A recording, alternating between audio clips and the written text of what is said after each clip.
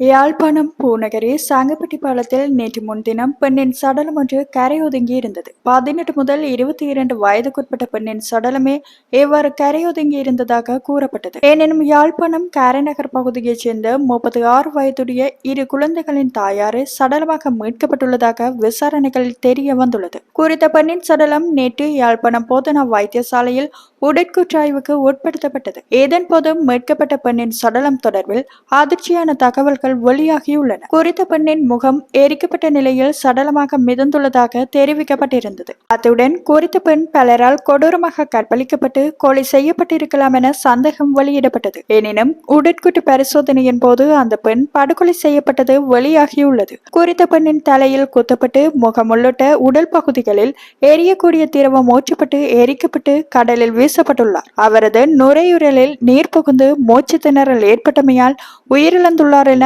உடற்கூற்றாய்வில் தெரிய வந்துள்ளது. உயிரிழந்த பெண் வீட்டை விட்டு புறப்படுகின்ற போது 10 பவுன் நகை அணிந்திருந்தார் என கூறப்பட்ட போதிலும் அவரது சடலத்தில் நகைகள் காணப்படவில்லை என விசாரணையில் தெரிய வந்துள்ளது. அத்துடன் குறித்த பெண் வீட்டை விட்டு புறப்படுகின்ற போது தனது நண்பியுடன் வவுனியா செல்வதாக கூறியிருந்தார். எனினும் இதுவரை நடத்தப்பட்ட விசாரணையின்படி அந்த பெண் தனது கணவரிடம் கூறிய நபர்களுடன் சென்றதாக தெரியவில்லை. அந்த பெண் பாலியல் பலாத்காரத்துக்கு உள்ளானதாக செய்திகள் வெளியான போதும் உடற்கூற்றாய்வில் அது உறுதிப்படுத்தப்படவில்லை என்பதும் குறிப்பிடத்தக்கது. சம்பவம் தொடர்பில் விரைவில் குற்றவாளிகள் கைது செய்யப்படுவார்கள் என போலீசார் தெரிவித்துள்ளமை குறிப்பிடத்தக்கது.